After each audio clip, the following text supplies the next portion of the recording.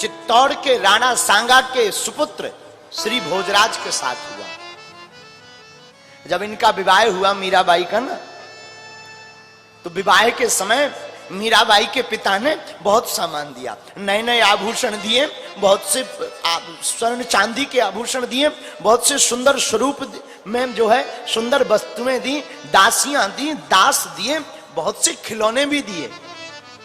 लेकिन मीराबाई रोने लगी, आंखों में आंसू भर के कहती, पिताजी अब मैं क्या कहूं। पिता कहता, बेटा देख तू रो मत।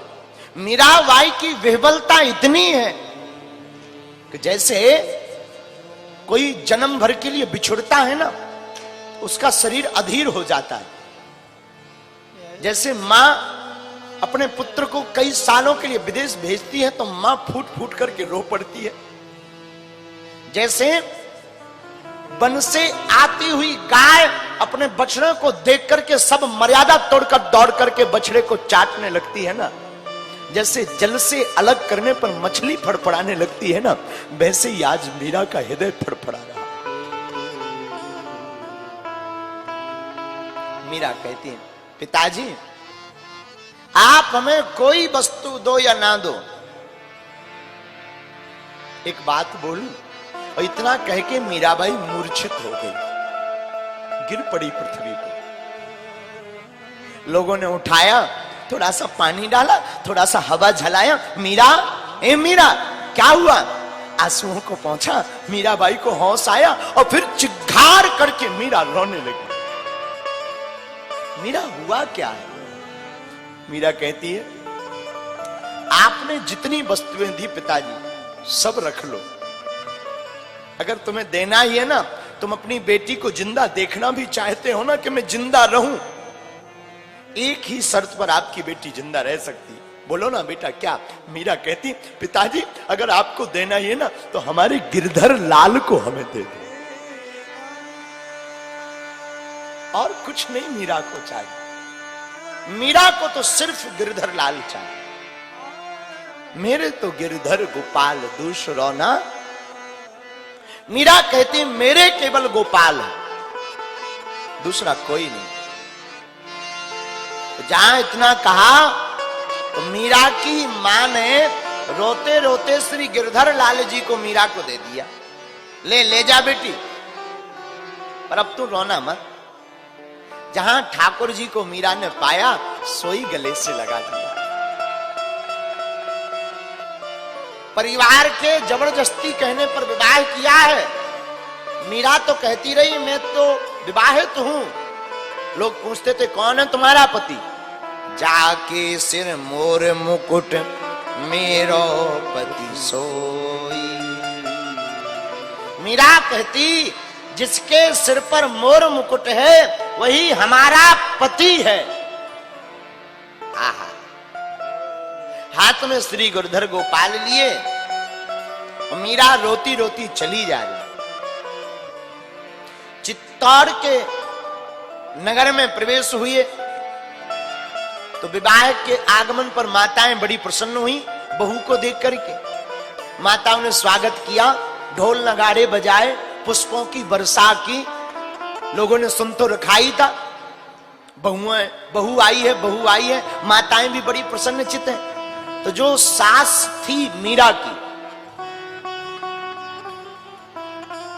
उसने मीरा को पकड़ा, चलो बेटी, हाथ पकड़ करके लाई और भोजराज के भवन में पहुंची और पालकी से उतार करके देवी जी के मंदिर में ले गई। देवी जी के मंदिर में ले जाकर के बैठाया, पूजा की तैयारी की। बेटी तुम इनको प्रणाम करो, ये हमारी कुल देवी है, अब आज से यही तुम्हारी रक्षा करेंगी। मीरा हाथ जोड़कर कहती, मां जी क्षमा करना, मैं किसी भी देवता की अवहेलना नहीं कर सकती, न देवी की, परंतु मेरा माथा तो एक ही जगह झुकेगा। जो झुक चुका है वो केवल हमारे गिरधर गोपाल जी है, दूजा कहीं नहीं झुकेगा। लाखों प्रयत्न करो, मैं मर जाऊंगी, परंतु मैं प्रणाम तो केवल अपने ठाकुर जी को करूंगी। सासू मां नाराज हो गई। मीरा की ननंद भी बड़ी नाराज हुई, खूब हट किया, लेकिन मीरा ने अपने ठाकुर जी के अलावा किसी को प्रणाम नहीं किया। हम आपको प्रार्थना करें, साधु जी याद रखना, पतिव्रता स्त्री वही है जो अपने पति को छोड़कर पर पुरुष का चिंतन भी ना करे। उसी प्रकार सच्चा और अच्छा भक्ति भी वही है जो अपने इष्ट के अलावा कहीं भी ध्यान ना भटकाए। बंधन सबका करो, जो मिल जाए राम राम सबको करो। गुरु जी कोई महात्मा मिल जाए, महाराज जी दंडवत, हाँ भाई आशीर्वाद, दंडवत सबको करो, प्रणाम सबको करो, लेकिन चित्त में अपने इष्ट को ही रखो। हृदय में अपने इष्ट के अलावा, अपने गुरुदेव के अलावा दूजे को मत रखो। और मीरा तो सिर्फ गोविंद की। एक बात, मीरा का प्रेम शाश्वत है। कलयुग की राधा अगर मीरा को कहा जाए तो अतिशयोक्ति नहीं। हमारी मीरा कलयुग की राधा है, इसलिए तो हमारे गोविंद ने सात शरीर स्वीकार किया है मीरा को। मीरा कहती है, मां क्षमा करना, मैं प्रणाम करूंगी तो केवल अपने गिरधर लाल। मां नाराज हो गई, और नाराज होकर के मीरा की सासू ने ना अपने भवन में नहीं रहने दिया। एक दूसरा भूतिहा भवन था जहां भूतों का वास था। कई सालों से उस घर में दिया नहीं जला, उसी घर में मीरा को निवास दे दिया। तू यहीं पे रह, ये भूतों का निवास है, अपने आप मर जाएगी, भूत चिपक जाएंगे। लेकिन जो भूत थे वो भी कोई और नहीं, मीरा के ससुराल पक्ष के पूर्वज, मीरा के पति के पूर्वज उसी खंडर में, उसी भवन में रहते थे वो, जिस कारण से सब लोग वो भवन छोड़ करके भाग गए थे। लेकिन मीरा को भेजा था इसलिए कि इसको भूत चिपक जाएंगे। लेकिन भैया, जिसे गोविंद चिपका पहले से हो, उसे और कौन चिपक सकता है? क्यों महाराज जी, हमारे ठाकुर जी का रंग है सांवला। कैसा रंग है बोलो ना? हमारे ठाकुर जी का रंग है सांवला, और सांवले रंग पर कोई दूजा रंग नहीं चढ़ता है। अब भूत बेचारा करेगा क्या?